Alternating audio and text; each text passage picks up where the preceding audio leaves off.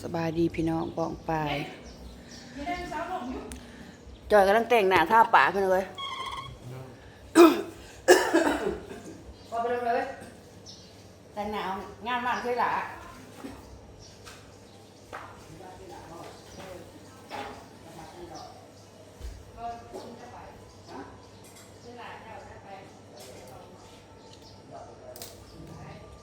สอนแบบว่ายามมันยังจะว่าห้างบ้านมันเพิ่นสอนจะว่าฮักยาห้างบ้านมันเพิ่นพัฒนาหน้าไม่นี่ว่าตัวคอยกินน้ำเพิ่นเบิดเอาไหมมันสิป้าไม้นะผมไม้นะมันก็จะเอาเนาะแล้วจะเอามาตีด้วยบอกเขาหวานเอาหน้ามาตีด้วยบอกคนแน่มันเบิดสิป้าไม้นะไม้ทั้งว่า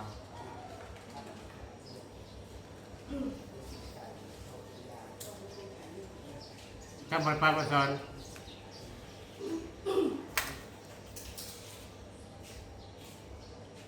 มันจะจำบทไปบ่ไปแล้วถึงจะเอาผักลงขึ้นอีพอผูกแค่อีพอแล้วพอใครพอแล้วพอใครพอไปเพื่อผูกแค่เพื่อจะเอาผักลงแล้วพายยอดวันนะบ่ได้ผักวัดนะลงเลยบ้านนี่ขึ้นเมื่อขึ้นเวลาพอเราผักเอาลงเลยประทันเนาะแค่ลงมือเดียวกับบันมุงเนาะบ้านเดียวกันเลย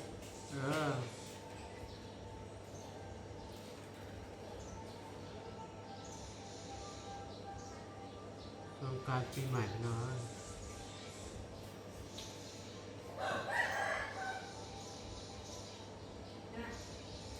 ไม่ได้ทำหรอกมั้งแล้ว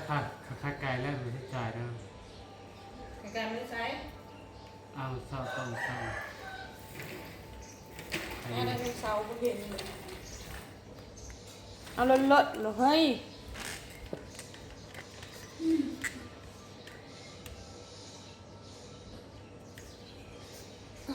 ก็จะเปิดเพลงก็ได้นะ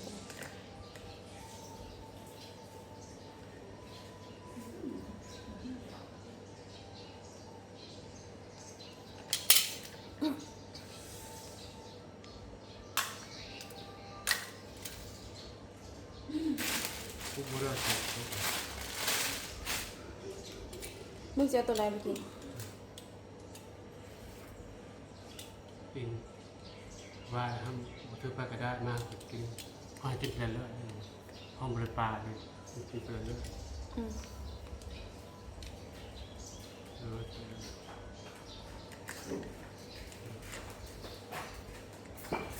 คนมาอยู่ตู้ยาประกันเต้นไปไหนมันปิ้วไหน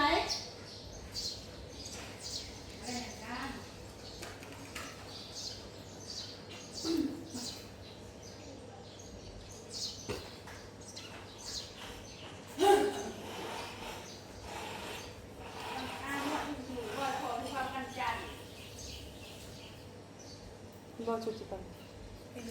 มาแรกเป็นการแล้วว่านั่นแหละ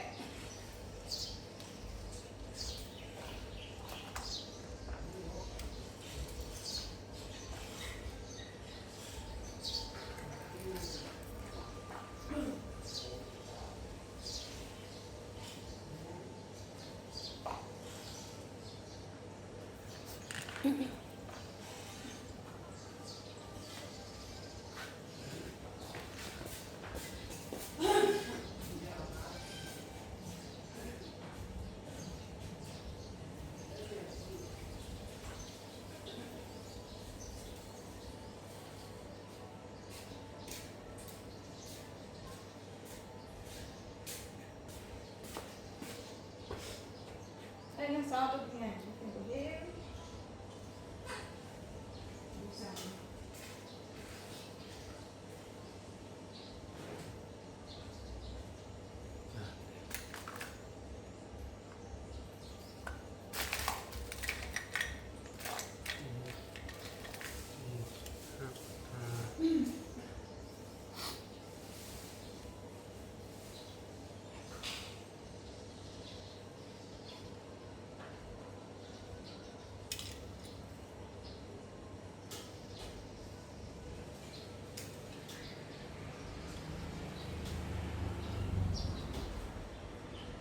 สิฮอด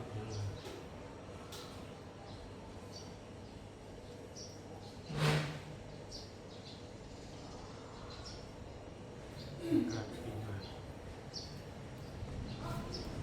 ก็ฮัสบินแดดทางแดดโอ้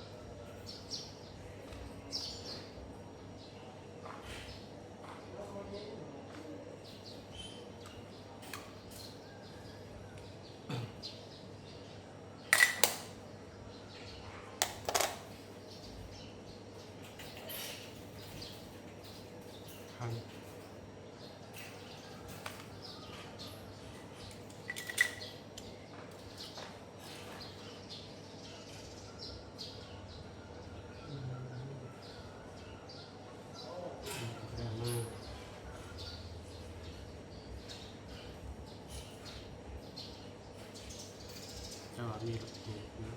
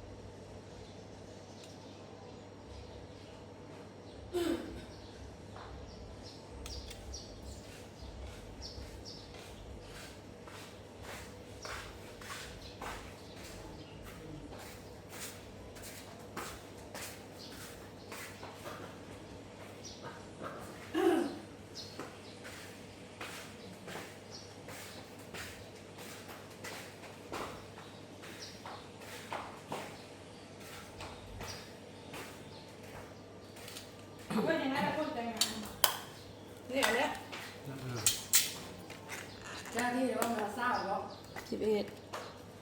เลิศแล้วบ่เคยนี่เอาใส่กระเป๋าเครื่องแต่งหน้ากันเลยสีมันตกเติมหนามันคือบ่แดงเลย เท่าแรง